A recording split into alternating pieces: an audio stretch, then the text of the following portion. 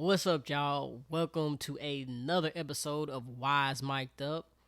First and foremost, I do want to say I'm sorry for looking rough, but like I said, I'm in the process of moving. So yeah, I had just I'm used to getting my haircuts at like $10, $15. Now I'm moving to Atlanta next week, which that's when I'm gonna get my haircut. So now the haircut costs $50. So I'm like, bruh. But y'all, forgive me for how I look. I'm usually a clean cut guy. I really don't like the way I look. But we gonna get through all that. But I want to say thank y'all for the support. Thank you for the likes, shares, the and y'all subscribing to my channel. It means a lot, and just for a lot of things I want to do in the near future. And then not first and foremost, but as always, don't always pray for the blessing, be the blessing. But as you can see from the title, we're going to talk about conquering depression. So I'll start to discuss my journey, or and the episodes I had with depression, and then also just lending advice and things that could help you or just help someone that's going through depression or that has been through depression. So we'll start in 2015. I'm getting ready to transfer to Troy University, and I was coming from a JUCO, so everything is nice. But at the same time, y'all, this is my first time moving and then also living on my own. So I'm just I'm anxious. I'm excited, but I'm anxious. And then at the same time, especially at that point in time, I was a true introvert. I wanted to meet new people, talk to people, but the words just wouldn't come out, and I was just I feel comfortable just kind of being me. So I get to Troy University like that first week. I had moved into a new dorm. They had just built it, so the fire alarms would go off all the time. And especially if you moved into a dorm that's new, y'all, or an apartment, that's what happens. So one day they went off as usual, and I'm outside. I'm on my phone. I'm chilling, and my boy B, which is kind of like my brother now, he was just like, "Hey, me and such and such, we're going to eat breakfast. You want to come?" And I was like, "Y'all, I was hungry. I was tired of just sitting there eating little stupid stuff in my room." I was like, "Yeah, yeah, that's cool." So, that's how I kind of made my first true friend and whatnot.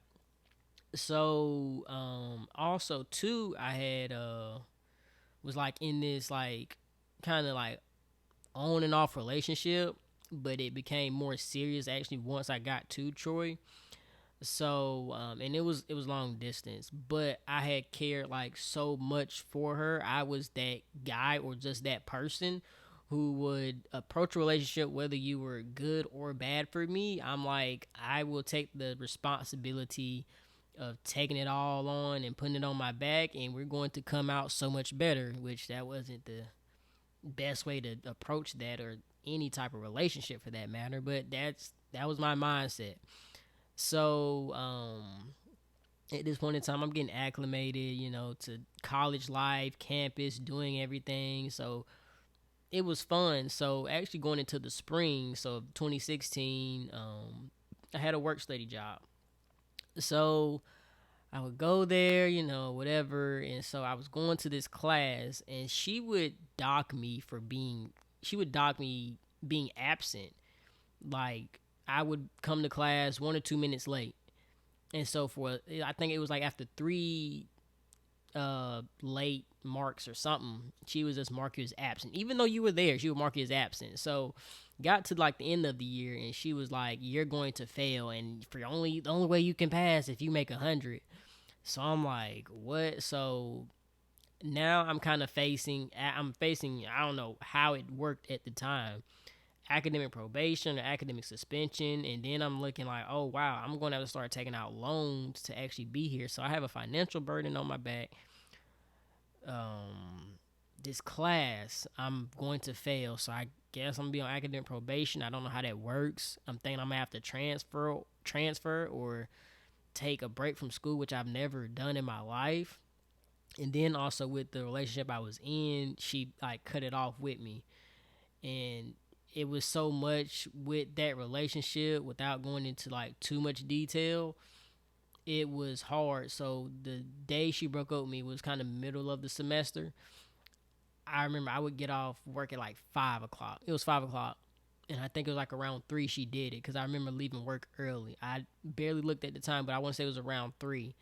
Didn't finish my shift. Didn't like let my supervisor. I just left.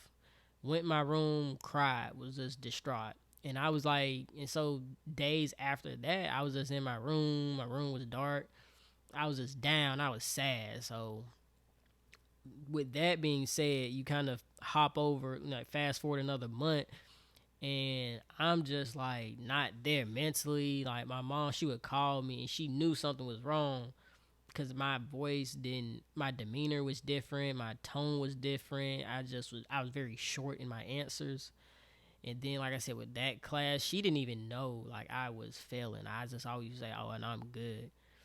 So, and I at that point in time, like I said, I had knew B for a good little minute at this time, but I didn't, But at the same time, y'all, I wasn't that person that would open up really about my feelings, and especially for guys, it's just not common for guys to kind of really do that. So I'm holding all this in, and now I'm getting to this like depressed state of like I don't know what to do, and now I'm thinking, excuse me, now I'm thinking I'm a failure. I think I'm a failure at my relationship. I'm failing at life. I'm failing financially because I can't like seem like I can't support myself. So I go through that episode, and the way I got out of that, I just finding out I went to my financial aid counselor. She was like, "You're just going to be on academic probation.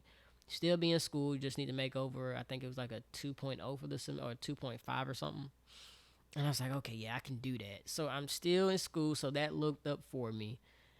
And then with the relationship fiasco I had, I was like, okay, I mean, really, it's plenty more fish in the sea, but it's like someone will appreciate you.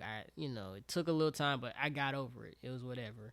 Had to take out a loan for school. I'm like, well, you here, just get done as fast as you can, or just do what you need to do, handle your business. So I actually moved off campus, and then also with that, it was like that's when I started to find out like really kind of about credit and cosign, like all that type stuff. So I'm just learning things, and then I'm going through things at the same time. So it was really a struggle. So I'm happy though. Get to fall 26, was it 2016? Yeah, 2016. And now I'm just like, okay, I got my own place, which is this place. I've been here. And so I'm just like, because I changed my major too as well. That's the key note. So I changed my major and all that. But I'm just like, okay, new start, breathe in, you got this. So I didn't get work study. I ended up having to work at Piggly Wiggly. If y'all don't know that, it's like a little grocery chain store within the South or whatever. So work there, and so I began to talk to this girl. Well, it was two girls. Just to be real with y'all. So I was talking to one girl, and I was talking to girl A, I was talking to girl B. And so I ended up liking girl B more as time progressed. And I should have let girl A know like much sooner, you know, where my mind was, but I didn't do that at the age of, I was 21, I want to say. So I was just like, I mean, So the thing was, I ended up getting with girl B, like getting a relationship with girl B, and I got a job. So I'm like, everything cool. Girl A actually like went actually found me on Facebook because I don't even think we were friends. We were just like we only followed each other on, I want to say it was Instagram and Twitter. And so she found my Facebook. She like I was like, Tomas in a relationship with da da da da. So she went to her page and she just went to Tomas da da da da. You should know da da da. So I was at work at the time. Girl B called me and she was like, she kept calling me, but like at my job I couldn't be on my phone. Even on lunch break, they don't even let you be on your phone. Weird. But so I was just like, okay, like So I had to go to the bathroom, and I'm like, I'm at work. Can we talk about this after I get off? Like, and she's like, I'm gonna call your job. I'm gonna harass you. And I'm like, bro, like, I don't need this. Like, I need this. Even though that job didn't pay me shit, I needed that job. So I'm like, bro, chill out. So it was like that was coming up on my spring break. So it was a week before my spring break when she called, and finding out she stopped. I ain't gonna say that she was at my job because she lived like 45 minutes away from me, roughly. She actually pulled up to my job, finding out, and was like watching me. And then when I came home from work, y'all, I remember using the bathroom, and she was like, "I'm in your apartment complex." I'm like, "How you live like 50 minutes away? What you mean you at mine?" And like she literally pulled up, and she was just like, "What's up?" So that was the first. Yeah, that was the first ever pull up, and that was like the last pull up. I learned from that real quick. But she pulled up on me, and she's like, "What's up? I'm here early. Nah, let's talk about this since you want to talk about it after work." So that happened, y'all. So I went through that relationship, and then also, like I said, I was working, and I ended up quitting my job. I could say part of that was due to my relationship because she was just like, they don't pay you enough, and you can just be with me at the house. Like all this, like it was just an up and down kind of toxic relationship. So quit my job, but I'm thinking I quit my job, I'm gonna be back on my feet soon. I'm not tripping. So finding out, well, not finding out. Fast forward a year like later, like me and her, we broke up. We broke up. As I went out. I went without a job for a year, and that was hard. So through that period in time, my confidence went down because I was like, wow, like I'm not a good person, a quality candidate. I was getting interviews, wasn't getting calls back, or I just wasn't getting calls back, period. Or I was getting those emails, was like, thank you for submitting your application, but we decided to go in another direction. I was getting those emails. I was suffering financially. The only way I was like staying afloat was because like refunds and my family, like my grandma, like coming in clutch. So I'm just like, I get into this dark place as a man because I'm like, wow, you can't handle your business. Like you get a place on your own now, and you can't handle business. You can't execute the way you should execute. And then, like I said, school in itself, that started to get to me. So grades start to slip again. And I'm just in my room. So I get to this point where I don't want to think about this stuff. I don't want to think about it anymore. I don't want to think about it, period. So I would stay up. Sometimes it would be all nighters. And sometimes it would be until I would be on the game and like doing like this motion, like falling asleep. That's what it was for me. And I would wake up at 2 o'clock, and it was like the same thing because at this point in time it's like the summertime. So that's what I did, and it was because I didn't want to face. And some of this was like my own like demons or issues I was facing, and just everything going in my life. I just did not want to think about struggle. I didn't want to think about it at all. So, and like sometimes I'd be in my room and just cry because I didn't know what to do. I didn't know when things would get better, and I just began to like lose hope. So, these things are occurring. Like I said, a year I go by.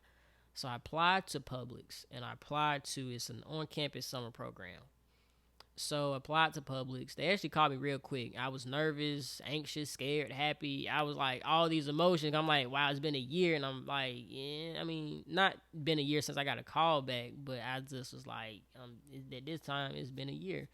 So I go in for the interview, y'all, and they said, okay, did the interview. They was like, step out. We're gonna talk about it, make a decision. So my heart is like beating fast, and they called me back in there like, we're gonna hire you, but it's one thing. I'm like, what I do anything. So they was like, you gotta cut your beard and your mustache off. And that was the company policy. And I was like, what? I was like, I guess I gotta get this money, but I look like a whole baby. Like I don't look like I'm 25 now, so you can only imagine how I look without no facial hair. So that was, whatever. So the summer program called me and they was just like, we want to do an interview. So I was like, bet. So did that, and they was like, we're going to hire you. So I'm like, cool. So I'm like, I can have two jobs. So I went from being with no job for a year with two jobs in the span of like a week of that week. So I said, yeah, cool. So, and I was like, I was thinking about just saying, forget the summer program. I'll just stay at Publix. But once they said, your check going for the summer program, they're like, your check gonna be like 1,300 every 2 weeks. I'm like, whoa, like, I, yeah, all right, bet. Yeah, so when can we go ahead and like start getting paid and getting started? And so I told Publix, like, I want this job. Even it's a summer job. It's not like long term or anything. It's like, yeah, it's cool. So I do that, raking up. I'm finally happy because I'm handling my business. I'm paying my bills. I'm putting like food on the table. I'm contributing to what's need to be in the house. Great times, great times. So towards the end of the summer, Publix was like, I wanted to go on the trip, and like they took a trip or whatever, and they was like, nah, you got to come and work. So that happened. So Publix ended up basically like kind of punishing me for having that second job because they're like, well, if you were here, you would know X, Y, and Z. But I'm a fast learner, so I'm like, just show me or tell me how to do it. I do the computer modules or whatever videos I have to do. So they then like work. They then put me on schedule for like a month and a half. It was weird, and so like I said, what kept me afloat at that point in time, like I said, school began. So of that, fall semester, I get refunds. So I'm like, I'm straight. If y'all don't want to do that, I'm straight. So it just got to the point. I went in there and I went to the manager, like not my department manager, but the manager of like the store, and I'm like, I quit. Like I'm done. And he was just like, usually I don't do this. He's like, but I'm gonna keep you. I was like, all right. But at the same time, I had started to become headstrong just based off when I had worked at Piggly Wiggly. I'm like, well, like put me on the schedule then. Like if you want me to work here, put me on the schedule. Give me meaningful hours, so I feel appreciated here, and I'm not just here just because you need an extra body type thing. So that happens. I'm still like they still, BS me. And so things have started. It was still the relationship was still strained really with me and Publix at that point in time. But it was I respected, what they stood for, how they did things, and how neat they are. So I get a call. I applied for the call center, Troy University, and they was like, we're gonna do an interview, a group interview. I was like, okay, cool. So I do this group interview. They actually called me back and hired me. I was like, well, do you want to keep Public? Because we can work around. I'm like, no, I want to be, with y'all, like 100% committed to you guys and give me all the hours I can get. I'm ready to just work hard. So get to that point, y'all. And, I mean, everything was, was good. Now, it was times like leading up. So, it was not 2020, 2019. I had like financial aid. It was just a funky situation with financial aid. So got to the point where I'm telling my leasing office like, it's just a sticky situation where it's just taking much longer for me to get like my money to you guys. And then I got hit like an eviction notice, and didn't tell like I ain't tell my folks none of that. I just told my friends or whatever. So got through that situation. So like I said, really since then I had been straight up until now. So now, come April, if you haven't just followed me through my stories or anything, I'm taking my senior seminar class, which I was taking my senior seminar class. And it's a group of four of us. It's me. It was this other guy. He lived in Hoover, which is Hoover's 2 hours away from Troy. Didn't know how he did that with actually having an in-person class. And then we had this Asian girl, which it was just a language barrier, and it was just like I said, it was just hard for us to mesh together. Not because of who she was, it was just we were both trying to understand each other, and like we had to create a business. So it was like trying to understand each other's vision and how we saw things. and it would could happen with any group. So that was an issue. So fast forward to April where we are now, we were basically kind of influenced today like, y'all not gonna pass this class. So just take it over the summer. And so I'm like, all right, cool. Like, I'm not gonna graduate on, I ain't gonna say on time. I'm not gonna graduate as I expected. I gotta tell my folks like I'm not like they ready for me. Like I've told them I'm graduating in the summer. And now that's not gonna happen. And now it's like this point in time, I've been so successful and so consistent at what I'm doing. Like this happens, so that hit me hard. And then like living in this place was just it's just not. I wasn't happy, and it's just so much. So then I have this like depression episode where I'm just living. Like I was literally like just living, and so I just felt like I just existed in spaces that I needed to be. In the last meeting I had with my instructor, she's like, well, "You need to pick your head." I'm like, "I'm not. My head isn't down because of my effort. Like I did my thing. I did my best. It's just the fact I have a 3.1 GPA in this concentration, and you like telling me I don't know what I'm doing. I don't know what I'm talking about." So it was hard, and I like I said, I just went to this space of just I was only existing. I was living and existing, but I wasn't truly like living a meaningful life.